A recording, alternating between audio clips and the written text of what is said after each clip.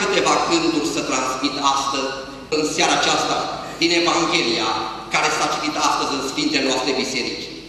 O femeie gârbovă, o femeie adunată de spate, ajunge la sinagoga, unde în fiecare sâmbătă probabil mergea ea.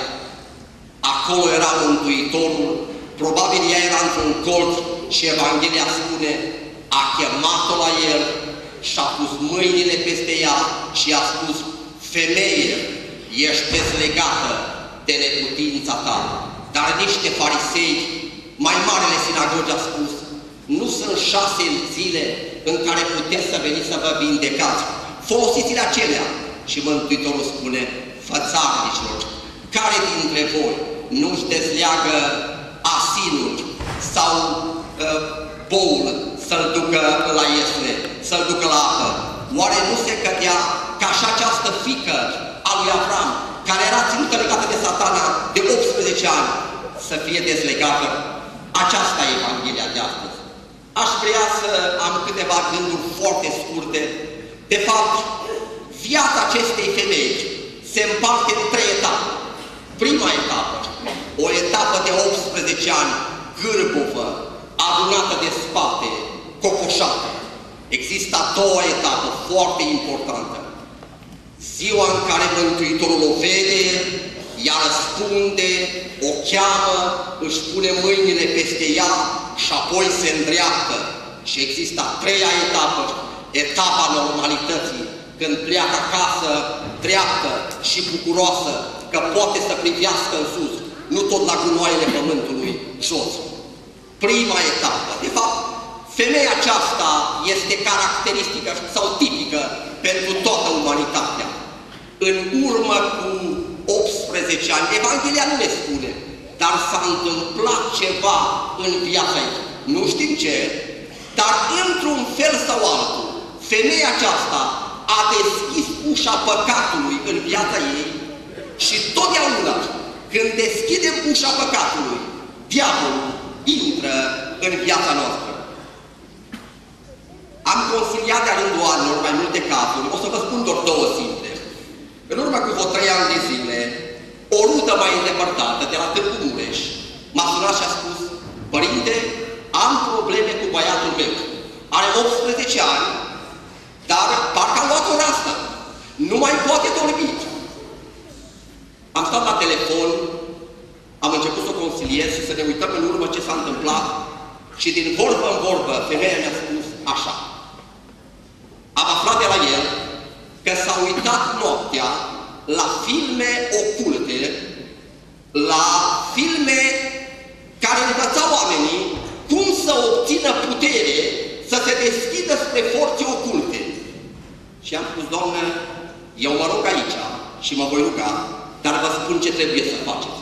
Căutați un duhovnic bun, sunt oamenii ai lui Dumnezeu, preoți adânci a Târgu Mureș, căutați acolo un preot și du-te și dumneata, du-te cu fiul și vă spovedeți din copilăria dumneavoastră până acum, mărturisiți totul. M-a sunat femeia după vreo 2 luni și mi-a spus, părinte, a dat rezultatul, fiul meu se așează, e pe făgaș. Am un prieten, un om cu multă evlavie, un om care iubește pe Dumnezeu, dar mi-a mărturisit și mi-a spus așa, părinte, vreau să spun ceva, eu am o problemă cu gândurile și cu ochii. Totdeauna când ies pe stradă, gândurile îmi joacă feste, mă lupt cu ele foarte tare. Am stat și cu el pe îndelete și apoi mi-a spus așa, în timpul armatei s-a pus un film, iertați-mă, pornografic. Și am stat acolo. Și sunt 15 ani de când imaginile acelea și patimile acelea mă urmăresc. Și am spus, există aceeași soluție. Mărturisirea și Dumnezeu e Cel care poate să ia stricăciunea aceea din mintea ta. Dragii mei, ori de câte ori prin păcat îmi deschid inima spre cel rău, diavolul cu puterile lui vine în viața noastră. De fapt, în ascetica și mistica ortodoxă există 3 sau 4 pași în ce privește păcatul. E momiala, e însoțirea consimțirea și, dacă vreți, înfăptuirea. În vremea copilăriei mele îmi plăcea să pescuiesc. Luam o momială, o mică răguță, o puneam în undița mea și așteptam liniștit să vină pești acolo. Vă întreb, oare doream eu să satur acei pești? Nu, eu doream să-i pot prinde. Dragii mei, pentru fiecare dintre noi, ispititorul lumii acesteia are o momială. Vreau să-ți spun care e momiala dumitale. E acel păcat care de ani de zile îți place și diavolul vine cu râma lui. Acum pot face două lucruri. Când momiala vine, să începi să te rogi să spui: Doamne, dă-mi putere! Doamne, dă-mi putere să-l înfrâng, să-l birui. Sau poți să spui: e bun, ce bine m-aș înfrunta el. Dacă ai început să îți îndulcești mintea și să consimți, urmează pasul următor, va fi înfăptuirea. Și dacă astăzi te obișnuiești cu un păcat și îl vei repeta la nesfârșit, el va deveni viciu și te vei vedea simțit înfășurat și încocoșat de duhul de neputință, spunând: aș vrea să mă las, dar nu mă pot. Asta e starea noastră de obicei. Dar mesajul e următorul. Într-o duminică ca aceasta, Mântuitorul se uită la mine și se uită la fiecare și spune: te chem. Vreau să te dezleg de neputința ta. Există multe forme prin care Dumnezeu cheamă. Cheamă prin bunătatea Lui, cheamă printr-o boală, cheamă prin cuvântul Evangheliei. Întrebarea e: voi avea eu urechea deschisă să-L ascult? Am citit din istoria Statelor Unite un caz cutremurător. În 1981-1965 a fost un război civil când, și înainte de el, doi tineri s-au logodit. Tânărul a fost luat în armată, a plecat și mereu îi scria scrisori logodnicei, logodnica îi răspundea înapoi. La un moment dat s-a oprit totul.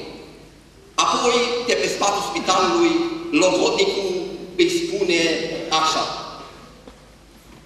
o bătălie crâncenă a avut loc și o explozie a fost lângă mine, dar și mi-am pierdut ambele mâini și fața îmi e desfigurată. Vezi că și scrisul e diferit. E ultima scrisoare pe care ți-o scriu. Te iubesc mult și pentru că te iubesc, te dezleg de logodna noastră. Căsătorește-te cu cine dorești. Al tău logodnic. Și s-a semnat. Istoria spune că fata a luat primul tren, a ajuns la spital unde era logodnicul ei, l-a găsit, un om fără mâini, un om cu fața desfigurată, l-a îmbrățișat, l-a sărutat și a spus așa: dragul meu logodnic, mâinile mele vor fi mâinile tale. Eu m-am logodit cu tine pentru totdeauna și eu vreau, vei ieși din spital, ne vom căsători și vreau să fiu alături la tine, la bine și la greu. Dragilor, dacă oamenii ne uimesc, cu atât mai mult noi precedem, mergem înaintea sărbătorii nașterii Domnului. Fiul lui Dumnezeu cel Sfânt a venit în lumea noastră să sufle boi peste El. Apoi a stat pe cruce. Și mesajul lui în seara aceasta pentru noi acesta: omule, te doresc. Indiferent cât de cocoșat, indiferent cât de duhuri de neputință sunt peste tine, eu pot să-ți dau dezlegare. Iubiți credincioși, pentru mulți credincioși de ai noștri, viața de credință înseamnă legi, reguli, canoane. Nu-i numai atât. Viața de credință e bucurie. Când Dumnezeu vine în sufletul cuiva, îl iubești cu toată bucuria, te legi de El și trăiești Sfânta Evanghelie cu multă bucurie. Poate vă vei întreba: dar ce să fac practic, Părinte? Două lucruri. Femeia a spus așa: Doamne, de fapt Evanghelia spune în versetul 11, nu putea nici de cum să se ridice, că avea un duh de neputință. Primul lucru care trebuie să-l faci e să-ți recunoști neputința. Sfinții Părinte spun așa: cel care își vede păcatele este mai mare decât cel care își face minuni. dragii mei credincioși, suntem în postul Crăciunului, suntem chemați la reculegere. Să ne uităm în viața noastră, să spunem, Doamne, suntem greșiți. Și există al doilea pas. Doamne Iisuse Hristoase, vino în ființa noastră și dezleagă-ne, Doamne, de orice pătimire. Iubiți credincioși, femeia s-a îndreptat. E al treilea pas. A mers drept. E vremea postului. E vremea când suntem chemați să ne îndreptăm vorbele, gândurile, viețile. Și închei mesajul meu cu o altă întâmplare pe care am găsit-o, am auzit-o pe internet anul acesta. A fost o profesoară de liceu, ieșea la pensie și a adunat clasa, ultima oră de dirigenție, a spus, dragii mei, e ultima mea oră de dirigenție cu voi. Aș vrea să stați în picioare și a adus pentru fiecare elev din clasa ei o bentiță albastră pe care scria așa: te-am prețuit, te iubesc mult, să știi că te-am prețuit în toți anii aceștia de liceu. Și fiecare elev a primit o bentiță, s-a uitat la ea și unul din elevi a spus, doamnă profesor, dar noi am fost rebeli, noi am fugit de la ore. Cum puteți să ne spuneți aici că ne prețuiți și că ne iubiți? Și profesoara cu lacrimi a spus, am pus tot sufletul pentru voi, să știți că vă prețuiesc. Și profesorul a spus apoi așa, aș vrea ca fiecare dintre voi să dea bentița aceasta mai departe și să spuneți ca cel care o primește să o dea mai departe. Băiatul acesta s-a dus acasă și cui să dea bentița? A venit tatăl său seara și a spus, dragă tată, am primit astăzi de la doamna dirigintă, ultima oră de dirigenție, o bentiță pe care scrie așa, te prețuiesc, te iubesc, ai preț în ochii mei. Tată, să știi că e adevărat asta. Tatăl s-a uitat șocat și a spus, eu mi-am bătut joc de familie. E adevărat, fiul meu, asta? Tată, să știi că e adevărat. Dar te rog ceva, te rog să dai bentița aceasta mai departe. Toată noaptea n-a putut dormi, mi-a spus, ce mi-a făcut băiatul acesta să-mi spună că mă prețuiește, indiferent cum am purtat eu. Dimineața s-a dus la servici, cui să dea bentița? L-a chemat pe șef și a spus, domnul inginer, nu mă luați în nume de râs. Uite, am primit o bentiță de la fiul meu și vreau să vă dau. Scrie aici, vă iubesc, vă apreciez. Și șeful a spus, măi, tu tot timpul ai lipsit de la servici, tu tot timpul ai lipsit de... E adevărat asta.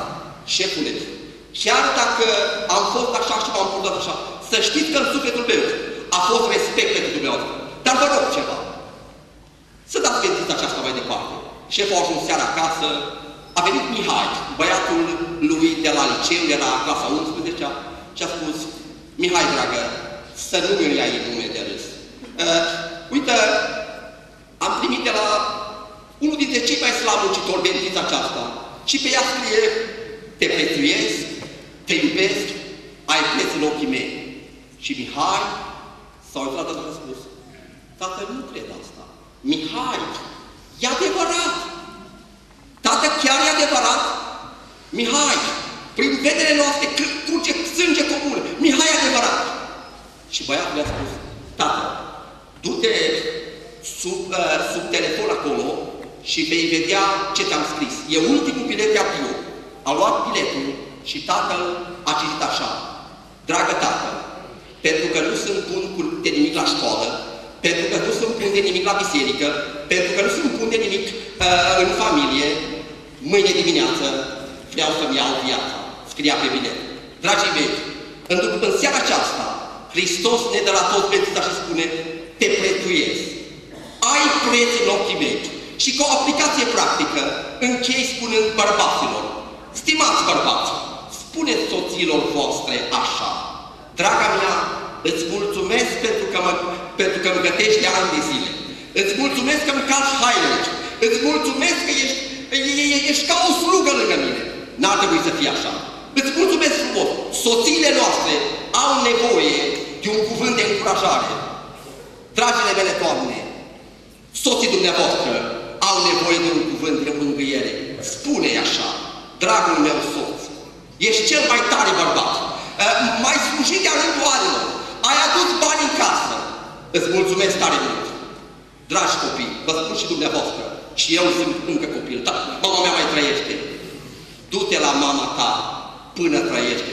Mă duc la înmormântări și de obicei vin copiii cu flori, cu coroane și știu că n-au venit de 3 ani la părinți. Și le spun așa, e frumos că ați venit acum cu flori, e frumos că ați venit acum cu coroane, dar e mult mai frumos să veniți săptămâna la măicuța, să-i aduci un biscuite, să spui, măicuța mea, te prețuiesc, te iubesc. Iubiți credincioși, și părinții au nevoie de un cuvânt de încurajare. Auzim destule vorbe rele. Avem nevoie și noi să fim încurajați.